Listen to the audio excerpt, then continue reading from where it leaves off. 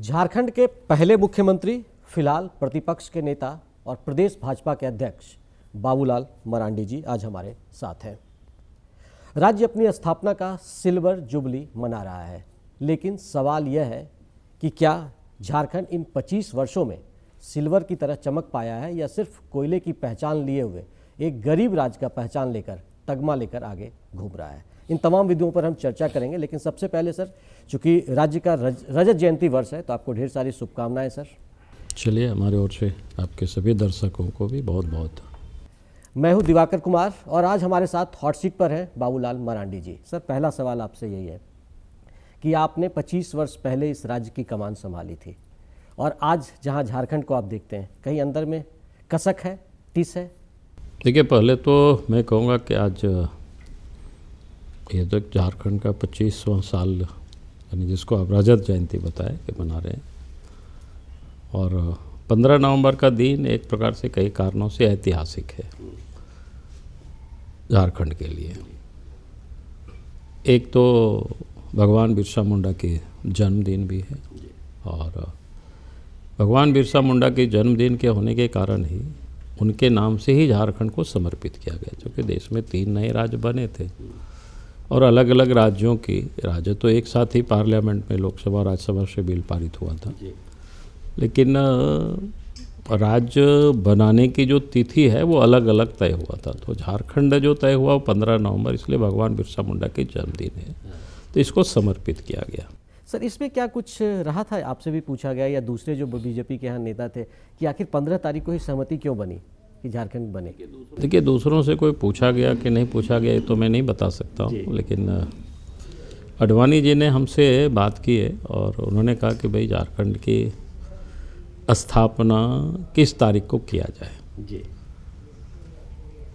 क्योंकि समय पर्याप्त था, लेकिन फिर हमको लगा कि नवंबर में, जो कि करीब आ रहा था 15 नवंबर, इसलिए आप देखेंगे बाकी जो 2 राज्यों के पहले हो गया जी। तो हमने कहा कि नहीं, 15 नवंबर भगवान बिरसा मुंडा की जन्मदिन है और आदिवासी महापुरुष है जिनकी काफ़ी देश ही नहीं बल्कि उस क्षेत्र में भी लोग काफ़ी पूजते हैं उनको, और इसलिए 15 नवंबर को ही इसकी स्थापना तिथि को रखा जाए। और मुझे आज प्रसन्नता है कि आडवाणी जी ने इस बात को माना भी, कोई उस पर तर्क भी नहीं किया, कोई उस पर उन्होंने कुछ भी नहीं कहा, को लगे ठीक है 15 नवंबर उसकी तिथि तय हो गई। सर, तो जिस वक्त ये 15 नवंबर की तिथि तय हुई और एकाएक जब आपका घोषणा होता है कि आप पहले सीएम होंगे झारखंड के, तो बहुत कद्दावर नेता थे, तो एकाएक आपको ये विश्वास हो सका था?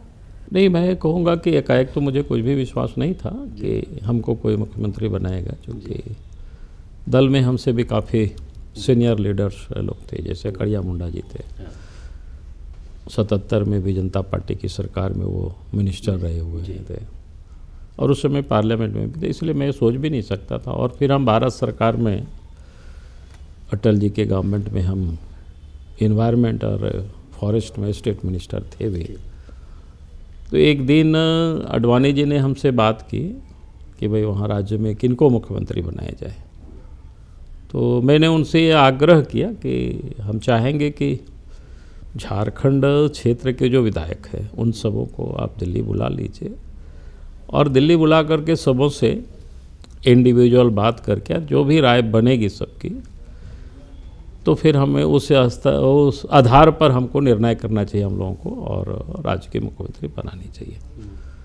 और आडवाणी जी ने इस बात को माना भी, और उस समय बंगारू लक्ष्मण राष्ट्रीय अध्यक्ष हुआ करते थे, संभवतः उनको बोले होंगे, और इसके बाद बंगारू लक्ष्मण जी झारखंड क्षेत्र के जो विधायकगण थे, नेता थे, उन सबको बुला लिया वहाँ पर दिल्ली में और इंडिविजुअल बात किया। क्या बात हुई ये तो मैं बता भी नहीं सकता हूँ, क्योंकि हम विधायक भी नहीं थे तो हम गए भी नहीं थे, और इंडिविजुअल सबसे बात किया।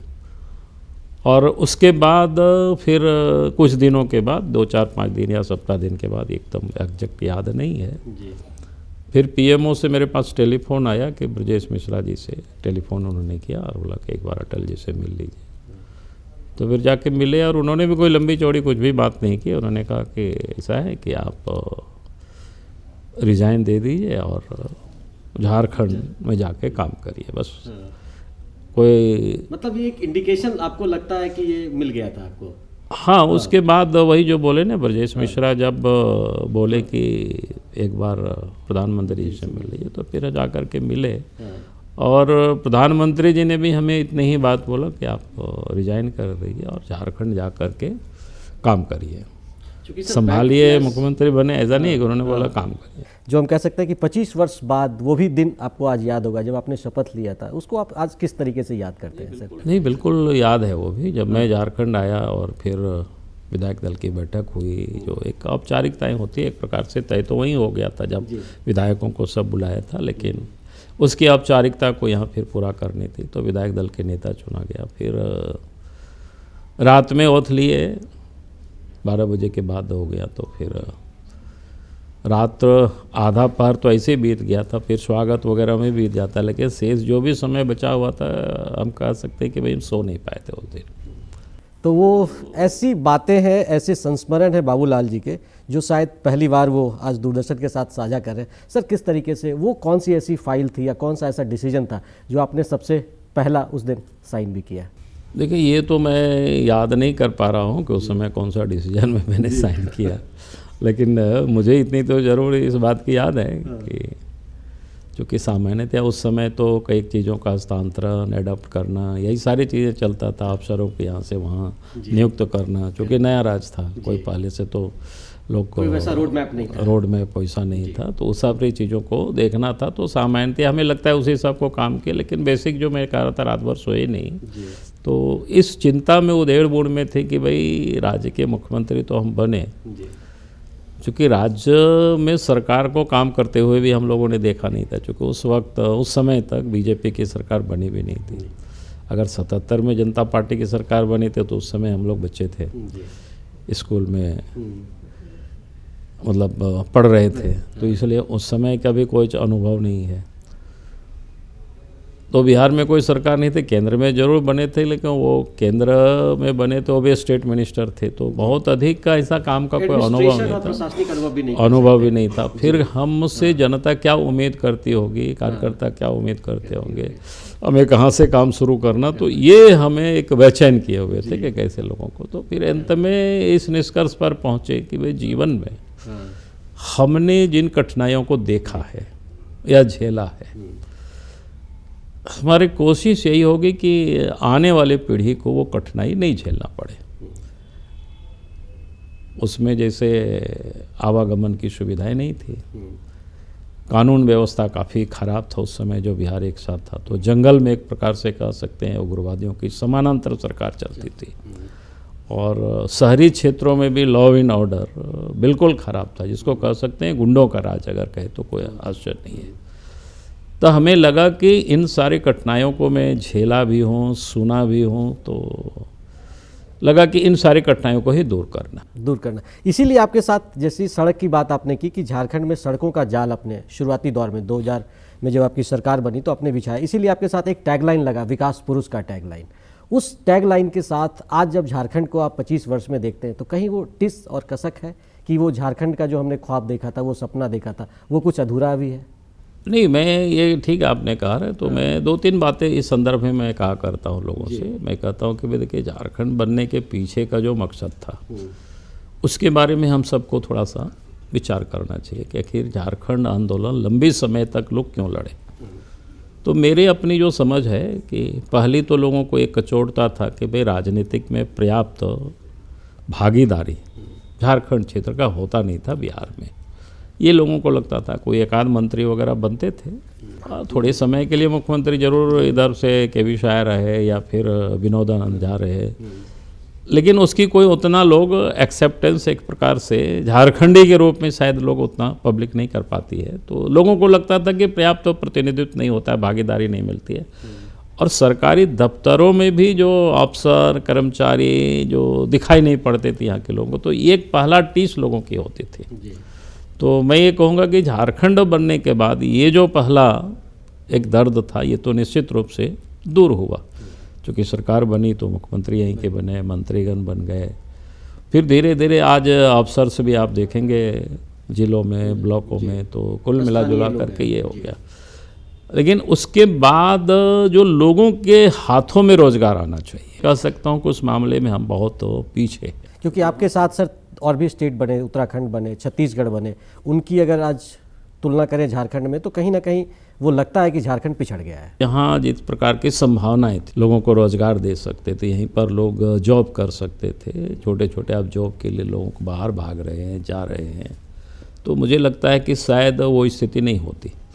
लेकिन हमें लगता है कहीं ना कहीं उस रास्ते में जो गाड़ी को हमें आगे बढ़ाना चाहिए तो वो शायद बढ़ नहीं पाया आज भी। मैं कहता तो क्या अब आपको लगता है कि इन 25 वर्षों के बाद अब राज्य को एक नए विकास मॉडल की ज़रूरत है? अलग हमको कोई मॉडल बनाने की कोई ज़रूरत नहीं है भाई। रोज़गार के लिए तो उद्योग धंधा चाहिए, रोज़गार के लिए जो यहाँ लोग पूंजी निवेश करें उनको आप इस प्रकार के वातावरण उनको उपलब्ध कराना, तो ये हमारे लिए ज़रूरी है। जब ये सारे फिर चूँकि यहाँ पर 26% से कहीं अधिक ही थोड़ा ट्राइबल पॉपुलेशन है, जो एक बड़ी आबादी है, और उनके बीच सबसे अधिक आज गरीबी है, पॉवर्टी है।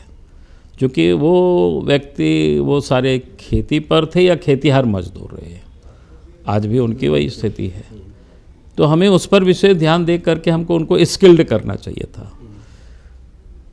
अगर 25 साल में 25,000 बच्चों को ही अगर हम इंजीनियर बनाते, नर्सें बनाते, पैरामेडिकल बनाते, ITI, पॉलिटेक्निक, इस प्रकार के एजुकेशन अगर हम दे पाते तो हमें लगता है कि एक अच्छे ढंग से लोग सरवाइव कर सकते थे। काफ़ी हद तक जैसे उग्रवादी की समस्या हमने बताया राज बनने के बाद वो घटा है, नक्सलिज्म वो आज करीब करीब छोटे ही हिस्सों में बचा हुआ है, लेकिन सामान्य जो कानून व्यवस्था है इन 6 वर्षों में और बिगड़ गया है आज की तारीख में। तो क्या आप इस चीज़ को मानते हैं कि जैसे देश में जो रिफ्लेक्शन दिखता है कि जो डबल इंजन की सरकार है उसमें डेवलपमेंटल का जो एस्पेक्ट्स है वो थोड़ा अच्छा चल रहा है, तो क्या झारखंड में वो एक मायना कमज़ोर पड़ा है? आपको लगता है कि उसकी वजह से विकास यहाँ ढीली हो गई? नहीं, मैं दोनों बात कहूँगा कि डबल इंजन की सरकार होती है तो स्वाभाविक रूप से डेवलपमेंट बड़ी तालमेल होकर के आगे बढ़ जाता है, लेकिन जब सरकार अलग अलग होती है तब भी राज्य विकास कर सकता है। इस बात को ऐसा हम नहीं मानते हैं, डबल इंजन के कारण ही विकास। क्योंकि आप देखेंगे साउथ के राज्य जी, तो साउथ के हमारे जो केरल है या तमिलनाडु है, आंध्र प्रदेश है, इन सारे राज्यों में लगातार लंबी समय से केंद्र में जिसकी भी सरकार है उसके विरोध की ही सरकार उन राज्यों में रही। हाँ, रीजनल, वही मैं कह रहा हूँ कि यानी कहने का मतलब उसे यही रही है सरकार। तो क्या जो वर्तमान सरकार है क्या कुछ विजन की कमी है, इस वजह से झारखंड? नहीं, मैं स्पष्ट कह सकता हूँ, क्योंकि अभी भी मैं कोई विजन देखता नहीं हूँ। जैसे लोगों को कैसे रोजगार मिले उस पर कोई प्लानिंग नहीं देखते, कोई सुनते भी नहीं है कि भाई इस पर कोई सरकार काम कर रही है। बल्कि जो छोटे मोटे उद्योग धंधे लगे हुए थे वो भी बंद हो रहा है। हमसे व्यवसायी आकर के मिलता है कि साहब ये हालत है कि अब लगता है कि हम यहाँ से बाहर पलायन कर जाएं। तो ये आम बात है। अगर इस प्रकार के लोगों में भय का माहौल है, डर का माहौल है और सरकार की ओर से उस पर कोई सपोर्ट नहीं मिलता है, तो कई लोगों ने तो बताते हैं कि भाई आप सीधे उनसे पैसे मांग के जाते हैं। तो हमारे एक मित्र ही है, एक दिन बात कर रहे थे, हम बोले यार पत्नी डॉक्टर है, अब कितना करते हो, प्राइवेट कराओ और एक आध नर्सिंग कॉलेज खोलो तो कम से कम 2 बातें हो जाएगी, सेवा भी हो जाएगी, पत्नी भी है और दोनों काम हो जाएगी, बच्चे भी कुछ पढ़ेंगे लोग। तो उन्होंने कहा कि मैं क्या करूं कि हमने बात तो शुरू किया था, मैंने सोचा तो, लेकिन हमसे 25 लाख रुपया की मांग की गई उसकी परमिशन के लिए, अब हम कहाँ से ला सकते हैं। तो फिर मैं कुछ नहीं बोला। तो कहने का अर्थ है कि सरकार को तो ढूंढ करके हमको अच्छे ढंग से यहाँ पर इंस्टीट्यूशन खोलना चाहिए था, क्योंकि हम यहाँ खेती के आधार पर लोगों को हम सर्वाइव नहीं करा सकते, क्योंकि आज 4 करोड़ से अधिक की पॉपुलेशन है, छोटे छोटे जोत है लोगों के पास। तो हमको ये सोचना ही पड़ेगा झारखंड में रोजगार कैसे सृजित हो, यहाँ के नौजवानों को कैसे काम मिले, उसके लिए हमको क्या क्या करनी पड़ेगी। रोड मैप की ज़रूरत है। सर, आपको लगता है कि 25 वर्ष झारखंड के हो गए, राजनीतिक रूप से क्या ये राज्य परिपक्व हुआ या बाल्यावस्था में है? और आपका 25 वर्षों को लेकर झारखंड का अगर हम कहें कि क्या सोच है, किस दिशा में झारखंड को आगे बढ़ना चाहिए? देखिए, मैंने तो कहा कि आप डेवलपमेंट का बिल्कुल रोड मैप तय करना चाहिए कि भाई हमको ठीक है, हम जैसे हमने कहा ना कि 25 साल में सरकार अगर एक लाइन पर चलती, जैसे हम मुख्यमंत्री बने तो उस समय इंजीनियरिंग कॉलेज वगैरह कम थे, तो तुरंत खोलना संभव नहीं था। तो हमने कर दिया था कि भाई जितने भी लड़के लड़की ट्राइबल के जो भी तकनीकी शिक्षा प्राप्त करेंगे, चाहे वो इंजीनियर हो, आईटीआई में हो, पॉलिटेक्निक में हो, मेडिकल में हो, सारी ट्यूशन फीस सरकार देगी। और मैंने देना प्रारंभ किया था, लेकिन बाद में लोगों ने उसको बढ़ाया नहीं। तो मैं ये कह रहा था कि भाई आपको रोड मैप बनाना पड़ेगा। हमारी आबादी क्या है, जैसे मैं कहता हूँ ना कि भाई घर में रहते हैं ना परिवार, एक परिवार में अगर 10 सदस्य है तो 10 सदस्य को कितनी भोजन की ज़रूरत है महीना में या साल में, तो उस हिसाब से आप तय करेंगे ना भाई खेती से हमारा कितना उपार्जन होगा, बाहर और कहाँ से हम कितना उपार्जन कर सकते हैं।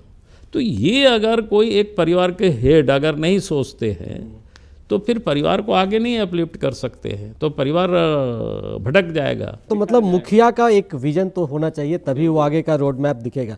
सर, आपको ऐसा कोई लगता है, अगर पीछे मुड़कर आप देखते हैं तो कोई ऐसा निर्णय जिसे आप बदलना चाहते हैं, लगता है कि ये हमने गलत किया था? नहीं, मुझे ऐसा नहीं लगता है हमने जिस रास्ते में, बल्कि मैं तो कहता हूँ कि भाई जैसे हमने आपको बताया कि हमको ये अफसोस है कि 25 साल हो गया, तो मुझे लगता है कि यार 25 साल में तो 25,000 ट्राइबल बच्चियों को तकनीकी एजुकेशन मिल गया होता, कम से कम। मैं अधिक की बात नहीं कर रहा हूँ। आगे किसी ने बढ़ाने की नहीं सोची, लेकिन एक टिस और एक जो हम कह सकते हैं अंदर में दबी हुई वो एक इच्छा रह गई कि झारखंड का जो इन्होंने रोड मैप सोचा था, वो 25 वर्षों में झारखंड उस रोड मैप पर आगे नहीं चला। इसलिए इनकी सोच है कि एक मुखिया को विजनरी तो होना चाहिए। सर, आप अपने थोड़े से हल्के फुल्के अंदाज के कुछ सवाल मेरे रहेंगे, फिर बीच में हम राजनीति पर भी आएंगे। सर, कि जब आप अपने पुराने दोस्तों के साथ बैठते हैं, जो स्कूल की लगातार आप बात करते हैं, उस समय के जो विजन है, क्या अभी जब ड्राइंग रूम में आप उनके साथ बैठते हैं या उनके घर पे आप गिरिडीह रेगुलर जाते रहते हैं या दूसरे जगहों पर भी जाते हैं, तो क्या उनसे हमेशा सिर्फ राजनीति की बात होती है या उस समय के लम्हे भी कुछ याद किए जाते हैं? नहीं, बाकी लम्हे की याद तो बहुत कम किए जाते हैं, क्योंकि स्थिति क्या होता है ना कि सबका उम्र बदल जाता है, लोगों की काम अपने तरीके से बदल जाता है, तो कभी कभार बहुत, लेकिन उस प्रकार के कोई वक्त भी नहीं मिलता है आदमी को याद करे कि अरे कॉलेज में क्या कर रहे थे। तो आज जैसे जिनके साथ हम स्कूल में पढ़े थे, उन लोगों से तो करीब करीब कभी कभार ही भेंट मुलाकात होती है, बहुत मुश्किल से, वो भी कोई शादी ब्याह में या फिर वो कहीं कोई मुसीबत में कहीं रहा, उनको हमारी आवश्यकता हुई या हमें कोई ज़रूरत हुआ तो उसी समय बात कर लेते हैं, नहीं तो फिर कहाँ संभव नहीं हो पाता है।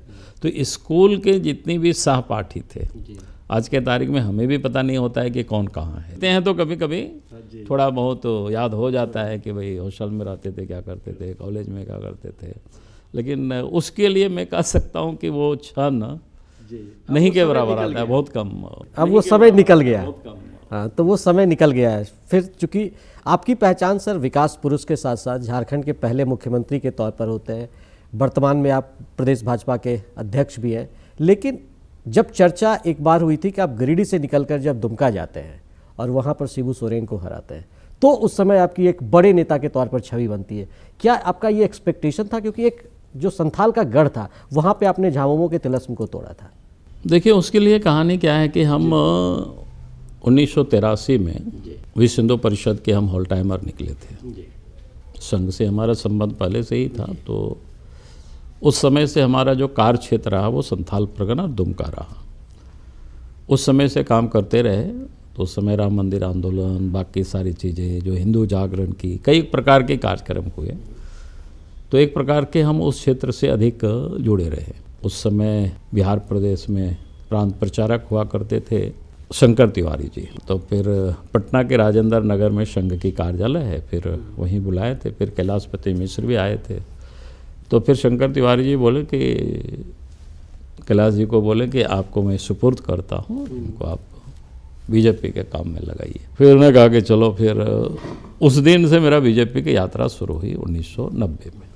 उस समय विधानसभा का चुनाव घोषणा हो चुका था, तय किया पार्टी ने। थोड़ा पहले तो अटपटा लगा, फिर हमने कहा भी कि हमने कहा कि कहाँ यार ये चुनाव के दंगल में जाएंगे, हमको कौन पहचानेगा।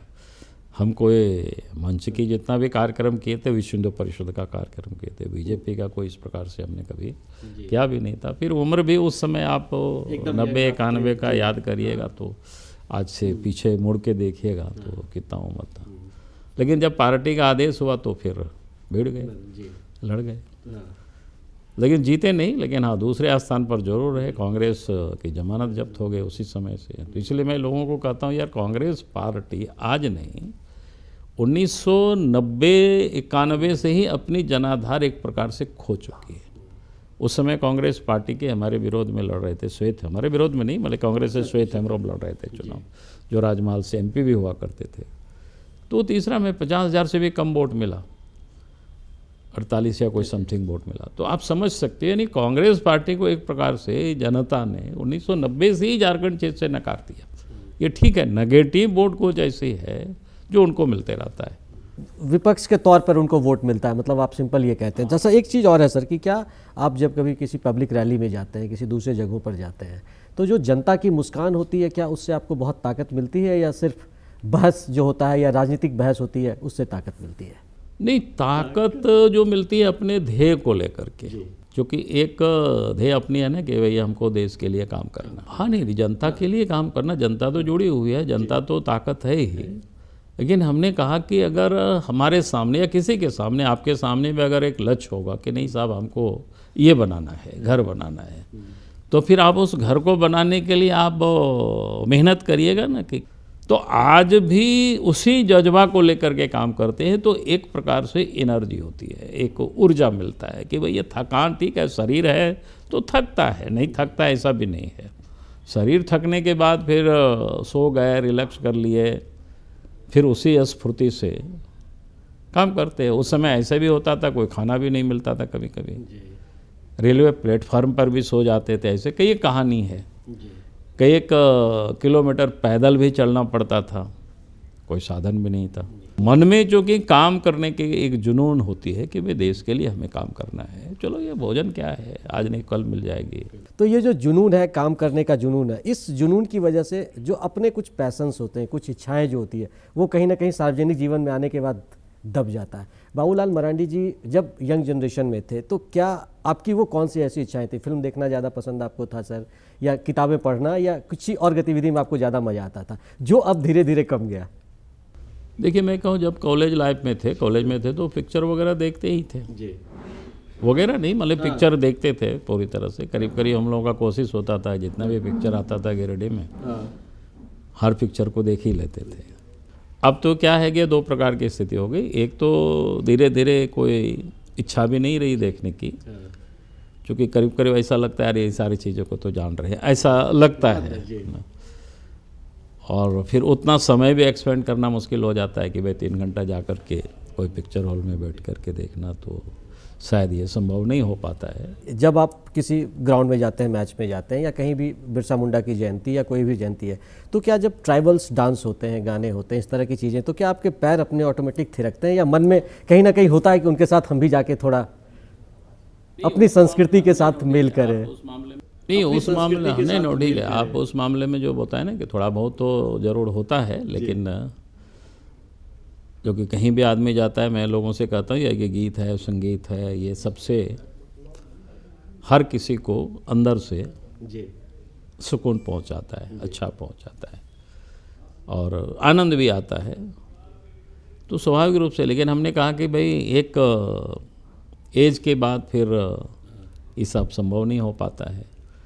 अपने ये में जितनी भी जाएंगे, इच्छा रहती है, इच्छा रहने मतलब जाने के बाद फिर लगता है यार चलो ठीक है अपने भी नाच लेके, वैसा नहीं नाच सकते सब में, तो ये नहीं कर सकते। कभी याद है जब आपको लगा कि ये गीत मुझे बहुत पसंद आया और उसके बाद हमने कुछ इस तरीके से उसको गुनगुनाया भी?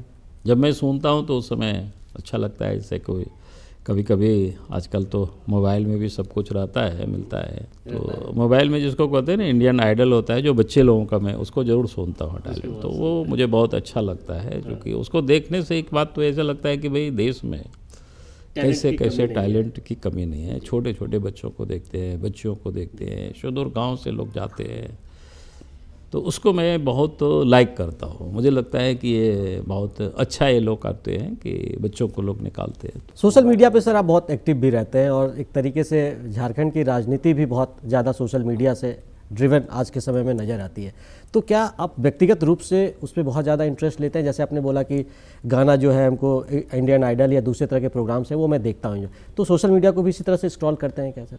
नहीं, सोशल मीडिया में 2-3 प्रकार की बातें होती है। एक तो जो हमारे लड़के लोग देखता है सोशल मीडिया को, तो लोगों का फिर किया हुआ है कि भाई ऊपर में होता है, जब मोबाइल ऑन करते हैं तो एक बार हम देख लेते हैं। फिर हमारे मोबाइल में भी कई लोग इन्फॉर्मेशन हमको देते हैं, तो उसको मैं थोड़ा पढ़ लेता हूँ सवेरे या रात में, कभी भी हम उसको देखते हैं चलते फिरते, तो फिर हम उन लोगों को ट्रांसफ़र कर देते हैं। उसमें अगर हमको कुछ कहना होता है तो वो फिर हम टेलीफोन करके बोल देते हैं, या तो नीचे लिख देते हैं कि जैसे आपने मान लिया हमको भेज दिया, किसी पब्लिक ने हमको भेज दिया, तो हम बोलते हैं भाई इसको इंक्वायरी कर लेना। कभी कभी क्या होता है ना, लोग गलत भी भेज देते हैं, हमने ट्वीट कर दिया तो फिर पता चला कि हमारे ऊपर सब लोग टूट पड़े, तो ये लोग थोड़ा सा उसको फिर हम लिख देते हैं कि इसको इस तरीके थोड़ा सा जांच पड़ताल कर लेना। क्या सर, आपको एक आखिरी सवाल सर, क्या आपको अब केंद्रीय राजनीति में जाने का कोई इंटरेस्ट? देखिए, मैं अपने बारे में मेरे पास कुछ भी नहीं रहता है। पार्टी ने जो हमको जिम्मा दिया, जैसे मैंने कहा कि उस समय हमको बना दिया कि झारखंड के सीएम बन जाएंगे, लोकसभा चुनाव लड़ा दिया तो चले गए, वहाँ मंत्री बना दिया तो हमने उसके लिए भी कभी नहीं कहा कि हमको मंत्री बनना, जो कि मैं सोच भी नहीं सकता था। फिर सीएम बनने के लिए भी मैंने सोचा नहीं। जब पार्टी में वापस जब थोड़े दिन बाहर भागे और फिर वापस आए, तो हमने पार्टी में कुछ भी नहीं कहा था, कोई शर्त भी नहीं था, क्योंकि हम 2-3 जब लोग काम कर रहे थे तो हमारे साथी जैसे प्रदीप यादव जी, बंधु तिर्की जी थे, तो ये लोगों ने जिद किया कि हम लोग तो कांग्रेस जाएंगे, हमने कहा कि हम तो नहीं जाएंगे, तो हमें कले बच रहे थे, तो फिर लगा कि तब हमको अगर जाना ही होगा तो हम बीजेपी जाएंगे। पुराना परिवार है, मेरा परिवार है कि हम तो कोई किसी पार्टी में गए नहीं हैं और किसी पार्टी में हम जाएंगे भी नहीं, ये हमको सूट भी नहीं करेगा। तो बीजेपी में भी आए, जो बीजेपी बहुत पहले से ही कोशिश कर रहा था, तो फिर हमने कोई एक कभी कभी लोग होता है ना कमिटमेंट कराते हैं कि भैया आएंगे तब ये हमको आप दोगे या क्या दोगे, तो हमने कुछ भी नहीं कहा, ठीक है। लेकिन मैंने कहा कि आए तो फिर बीजेपी ने हमें विधायक दल के नेता ही सीधा बना दिया तुरंत। तो मैं जब सोचता हूँ कि जब बिना मांगे ही पार्टी हमें सब कुछ दिया है हर परिस्थिति में, जब ने कहा कि लंबी समय तक अगर हम पार्टी छोड़े और उसके बाद भी वापस लौटे, तो पार्टी ने हमको यूं ही ऐसा नहीं छोड़ा, फिर बनाया। तो इसलिए मैं लोगों से कहता हूँ फिर मांगना क्या ज़रूरत है यार, पार्टी जो काम देगा करो, तो मांगने की ज़रूरत नहीं है। तो हमारे साथ आज हॉट सीट पर थे बाबूलाल मरांडी जी, जिनकी छवि विकास पुरुष के तौर पर है। झारखंड की स्थापना हुई तो राज्य के पहले मुख्यमंत्री थे, फिलहाल वो प्रतिपक्ष के नेता हैं, और जो विपक्ष की आवाज़ होती है उसको, जो राज्य की सबसे बड़ी पंचायत है उसमें वो बुलंद कर रहे हैं, और उनके अपने एक विजन भी है, इसलिए इनकी पहचान विजनरी नेता के तौर पर भी होती है। आज हमारे साथ उन्होंने कुछ ऐसे पहलू और ऐसे कुछ बातें शेयर की जो अब तक मीडिया में सामने नहीं आई थी। बाबूलाल मरांडी जी ने अपने वो हल्के फुल्के अंदाज में वो बातें भी शेयर की कि जब युवा थे तो किस तरीके का उनका जीवन का तरीका था, आज जब वो व्यस्त हो गए हैं और सार्वजनिक जीवन में बहुत सारे रिस्पॉन्सिबिलिटीज़ हैं, तो उसके साथ वो किस तरीके से तारतम्य मिलाकर आगे बढ़ रहे हैं, और राज्य को लेकर अगले 25 साल का इनका क्या कुछ विजन है, इन तमाम मुद्दों पर उन्होंने हमारे साथ अपने राय साझा की। तो दूरदर्शन की पूरी टीम को दीजिए इजाज़त। सर, आपने हमारे लिए वक्त निकाला, बहुत बहुत धन्यवाद सर।